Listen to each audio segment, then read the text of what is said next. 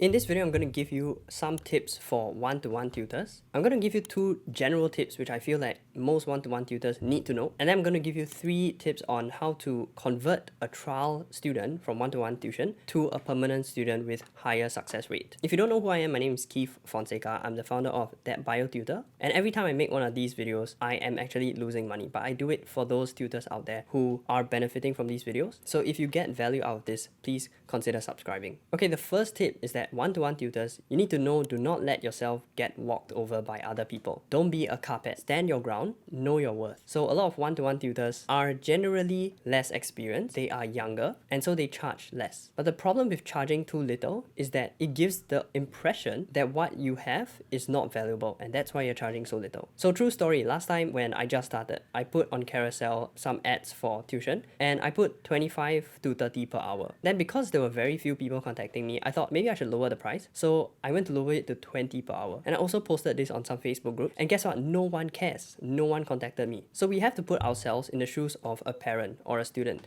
If they see that, oh wow, this tutor is willing to charge so low, they probably think that you are not good and that's why you have to charge so low. So never charge below the market rate. The rule is always charge minimum the market rate, and in fact I recommend charge slightly higher than the market rate. Tip number 2 is to realize that you actually can charge more, even higher than the market rate, because you are providing super high attention just to one student. People actually pay for this. Like, this is a premium experience. You're just attending to one student, answering all their questions live on the spot. And if the parents ask you about, hey, why are you charging a bit high? You can always leverage your resume. So whatever qualifications or advantages that you have, for example, you went to a certain good school, or your grades were really good, or you had some certain competitions in this subject, and you scored some medals or attained some certifications, you can always leverage those pointers from your resume to justify why you should indeed charge higher than market rate. Okay, for the next 3 tips on how to have higher conversion rate from a trial lesson to a permanent student, these 3 tips are actually not by me, so I do not deserve the credit. I was talking to a tutor recently and she was the one who gave me these ideas, and so I'm just sharing it for you so that you can benefit too. So tip number 3 is to always name the first lesson, which is the trial lesson, as lesson 1, because this assumes in the student's mind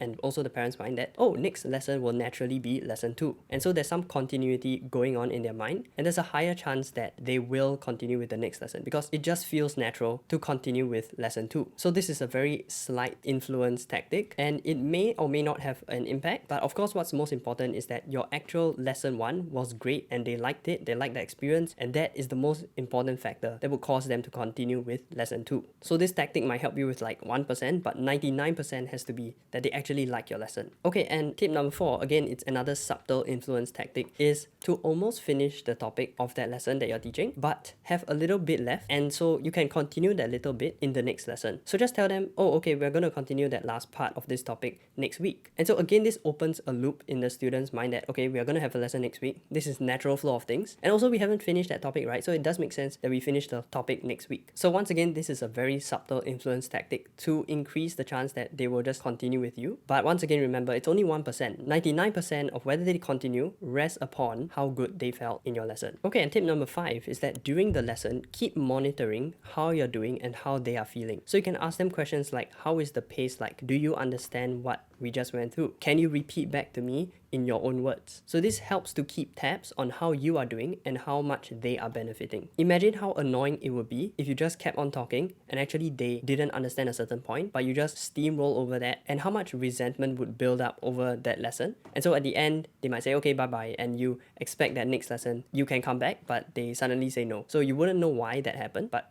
probably it was something that went wrong during the lesson. So this is actually very similar to during good massages, where they actually ask you during the massage, like, hey, is the pressure too hard or is it too soft? You know, so they're keeping tabs on whether they are doing good by you so that they can genuinely help you better. And that's the same thing that we're trying to do with the student. We genuinely want to know how we're doing throughout the lesson so that we can make sure we are always helping them to the best that we can. And to be honest, you don't just need to do this for the first lesson. You can do it in every lesson. So in my limited experience doing one one-to-one tuition, I found that there was a very high conversion rate from the trial to becoming a permanent student, especially in person, because people get very comfortable in person for some reason, especially when it's just one-to-one. So you don't have to worry too much about this. Generally, the conversion rate will be quite good. And of course, just remember that all these small tactics do not matter that much in the grand scheme of things if your actual lesson experience is not good. If this video was helpful to you, please consider subscribing and give it a thumbs up so that I know to continue making videos like this. And just a bonus thing for one-to-one tutors is that most of you are younger and most of you are less experienced. And to be honest, most of you are really bad at what you're doing because you don't actually know the subject that well. You're not truly an expert at it.